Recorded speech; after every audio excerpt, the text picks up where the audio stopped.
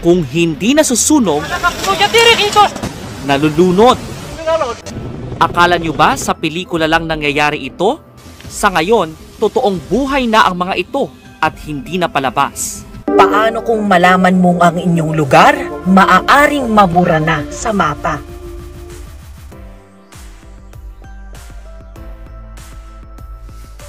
Ang climate change ay isa sa mga pangunahing banta, hindi lamang sa Pilipinas kundi pati sa buong mundo. Dahil ang ating bansa ay isang developing country, tayo ay mas madaling maapektuhan ng climate change. Dahil dito ay nakakaranas tayo ng mas matinding tag-init, tag-ulan, bagyo at baha na nagdudulot ng pinsala sa ating ekonomiya at kalikasan. At kung hindi natin ito aaksyonan, ay mas magiging malala pa ang sitwasyon sa susunod na mga taon. Sa video ito ay ating tatalakayin ang mga tinukoy na probinsya sa Pilipinas na mas matindi ang epekto ng climate change ayon sa pag-aaral ng mga eksperto. Kaya't narito ang mga probinsya na mas puwan sa tindi ng banta ng climate change in a random order. Pero bago yan ay huwag kakalimutang mag-subscribe sa ating channel para laging updated ka sa ganitong klaseng video.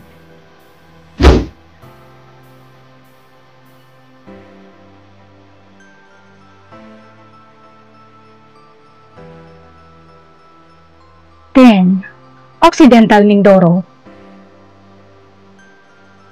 Ang Occidental Mindoro ay isa sa mga probinsya sa Pilipinas na maaaring mas maapektuhan ng climate change.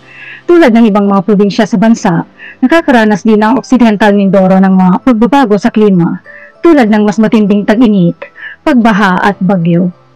Ang epekto nito sa probinsya ay maaaring magdulot ng malawakang pinsala sa kalikasan, kabilang na rito ang pagbaba ng produksyon ng mga produktong pang-agrikultura.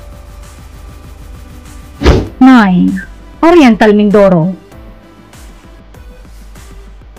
Ang mga epekto ng climate change sa Oriental Mindoro ay nagdudulot ng pagbaba ng produksyon ng mga produktong pang-agrikultura, tulad ng palay at mais, dahil sa mga matinding tag-init at bihirang pag-ulan. Ito rin ay nagdudulot ng unti-unting pagkasira ng kanilang mga kagubatan. Dahil sa mga pagbabago ng klima, nagdudulot ito ng malawakang pinsala sa kalikasan at ekonomiya ng naturang probinsya. 8. Pangasinan. Ang Pangasinan ay isa din sa mga probinsya sa Pilipinas na nakakaranas ng malawakang epekto ng climate change, at ito ay nagdudulot ng malalaking pinsala sa kabuhayan ng mga residente. Dahil sa mga pagbabago sa klima, ang dahilan ng madalas na malawakang pagbaha sa mga lugar na malapit sa mga ilog at dagat sa Pangasinan, na nagdudulot ng pagkasira ng mga ari-arian at kabuhayan ng mga residente dahil sa apektadong pananim at hayop. 7. Ilocos Sur. Ang probinsya ay nakakaranas ng mga pagbabago sa klima tulad ng pagtaas ng temperatura, pagbabago sa pattern ng pag-ulan at pagbaha. Ang pagtaas ng temperatura ay nakakaapekto sa kalusugan ng tao at mga hayop, pati na rin sa mga pananim. Dahil sa dito ay mas madalas nagkakaroon ng matinding init sa araw at kulang ang pag-ulan. 6. Eastern Samar. Ang epekto ng pagbabago ng klima sa Eastern Samar ay isang napakahalagang paksa. Nakakaapekto ito sa kalagayan ng kapaligiran, kalusugan ng mga tao at kabuhayan ng mga mamamayan sa probinsya.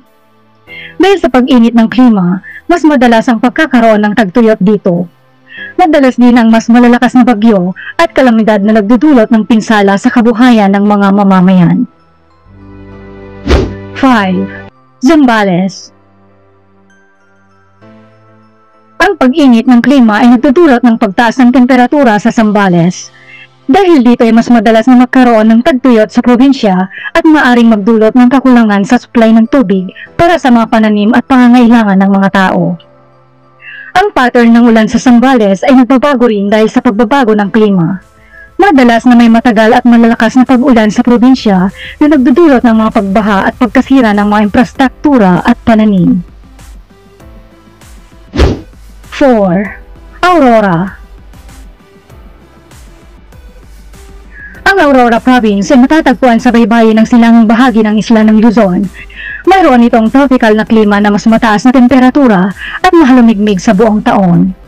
Sa mga nakalipas na taon, May mga indikasyon ng pagbabago sa klima na nakakaapekto sa lalawigan, na may pagtaas ng lakas at dami ng mga kaganapang meteorological tulad ng mga bagyo at malalakas na pag-ulan. Ang mga ganitong kaganapan ay nagdulot ng baha at pagbuho ng lupa sa ilang mga lugar na nagbunga ng pinsala sa mga bahay, infrastruktura at agrikultural na lupa. 3. Northern Samar. Ang Northern Samar ay isang lalawigan sa rehiyon ng Silangang Visayas sa Pilipinas. Tulad ng ibang bahagi ng Pilipinas, ang Northern Samar ay mas apektado rin sa climate change. Ang Northern Samar ay binabagtas ng mga ilog at mayroon ding mga baybayin, kaya't ito ay madalas na naaapektuhan ng mga pagbaha at storm surge dahil sa mga bagyo. Ang pagtaas ng antas ng dagat ay nagdudulot rin ng mga problemang pang-ekolohiya, tulad ng pagkawala ng mga koral at pagkasira ng mga ekosistem sa mga baybayin. 2. Cagayan Valley. Ang probinsya ng Cagayan ay matatagpuan sa hilagang bahagi ng Pilipinas at may malapit na ugnayan sa Pacific Ocean. Ang mga epekto ng climate change ay nararamdaman na rin sa probinsya, kabilang ang pagtaas ng mga temperatura, pagbabago sa pattern ng pag-ulan at tagtuyot, at pagkakaroon ng mas malalakas na bagyo at pagbaha. Dagdag pa ang pagdami ng kaso ng heat stroke dahil sa mga mas mainit na temperatura. 1. Surigao del Sur. Ang Surigao del Sur ay isang lalawigan sa Pilipinas na matatagpuan sa rehiyon ng Caraga sa Mindanao. Tulad ng ibang mga lugar sa Pilipinas, ito'y lubhang naapektuhan din ng pagbabago ng klima. Ang climate change sa Surigao del Sur ay nakaka-impluwensya sa maraming aspeto ng buhay sa lalawigan, kabilang ang agrikultura, pangisdaan at turismo. Maraming mga komunidad sa lalawigan na nakakaranas ng mga kalamidad dahil sa mga bagyo, pagbaha at landslides na nakakaapekto sa kanilang kabuhayan. Bukod sa mga nabanggit, narito ang kumpletong listahan ng mga probinsya na lubos na apektado ng climate change. Sa pagtatapos ng video ito tungkol sa climate change, mahalagang iparating sa ating mga manonood na hindi ito ginawa upang mangamba o natakot tayo sa mga epekto ng pagbabago ng klima. Sa halip, ang layunin ng video ito ay magbigay ng kaalaman at kamalayan tungkol sa mga problema at hamong dulot ng pagbabago ng klima, at upang masiguro na tayo ay gumagawa ng mga hakbang upang maibsan o mabawasan ang mga epekto nito sa ating mga komunidad at sa kalikasan.